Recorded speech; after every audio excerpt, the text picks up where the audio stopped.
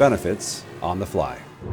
If your company renews its health insurance on January 1st, you're stuck in the busiest, most chaotic season of the year. And that's a problem because it means you're not getting the best deal that you could. Here's why. First, you lose negotiation leverage because every year, thousands of companies also renew their plans on January 1st. So carriers are buried with requests for quotes. And when they're buried, they're not motivated to fight to keep your business. They know if you leave them, another group will just replace you. But when your renewal is in the summer months, say May through September, the carriers are less busy and suddenly they're eager to negotiate. And that gives you more leverage, better rates, and more options. Second, let's talk about the hamster wheel of renewal season. The fourth quarter is crazy. Brokers are stretched thin, HR is overwhelmed, and the employees often feel that open enrollment feels rushed. So mistakes happen, employee questions don't get answered, and everyone just wants to get it over with. But if you move your renewal to the summer months, the whole process slows down. You get more time to be strategic, not rushed. Third is the employee experience. One of the biggest frustrations employees face is when they don't get their ID cards or materials on time.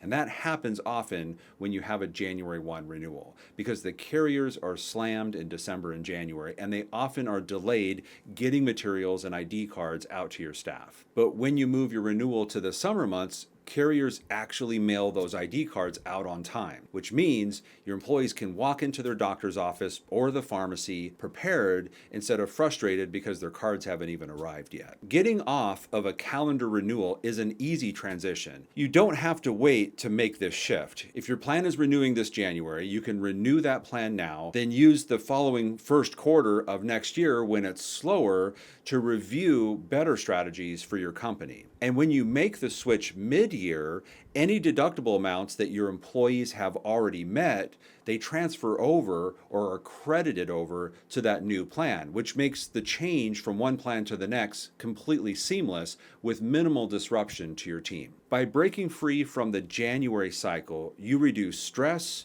you gain breathing room, and you put yourself in a stronger negotiating position for those future renewals. Instead of scrambling during the holidays, you can carefully evaluate alternatives like self-funding, level funding, or plan designs that actually can save your company money. Too many employers, they wait until the last 60 to 90 days before their renewal to actually review what their options are. At that point, most of the best strategies, they're off the table. So here's the bottom line. If you're still renewing on January 1st, you're on the same hamster wheel as everyone else, and it's costing you money, it's costing you time, and it's costing you employee goodwill. Make this the year you break free from the chaos and the overpriced health insurance plans. Call us in January when things are calm. We'll do a deep dive into benefit strategies that are better for your company. We'll help you set up a mid-year transition, and we'll position you for a smoother, more competitive renewal cycle where you can feel more in control